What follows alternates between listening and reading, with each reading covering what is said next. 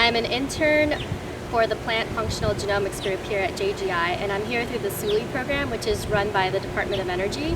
So I am with the program as a summer student, and I work with Sean Gordon and John Vogel. We're working on the Brachypodium sylvaticum sequencing project. Our goal is to sequence and annotate the genome of Brachypodium sylvaticum and to locate and find the genes that control perenniality. Perenniality in a plant is what determines how often it flowers and whether it flowers seasonally or annually. And once we gain some insights into those, it could have some real implications for agriculture and for sustainable energy. So we're hoping to make Brachypodium an resource for renewable energy.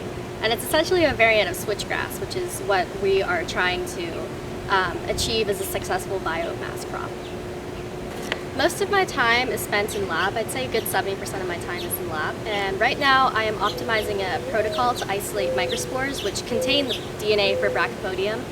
And when I'm not at my lab bench, I'm at my desk, and I'm usually reading papers or looking through protocols to see if I can, implement any other techniques or learn even more about the project as a whole. And I also work on things for the internship on the side. So I'm writing a research paper right now, and I'm working on a poster presentation for my group, which is awesome. Okay, so I guess I'll start off with the fact that I'm a microbiology major right now at UCLA. I'm going into my third year next year, and I'm also pre-med. So eventually what I want to do is work in the field of clinical research, and what I was initially interested in was viral genetics and studying the way that HIV replicates. And I wanted to see through this internship if I could apply the same skills I've learned just from being at JGI to the field of genetics as a whole and expand that into working with HIV and other viruses. And I think this will really help. It'll help me gain some confidence in the lab and build a career on it.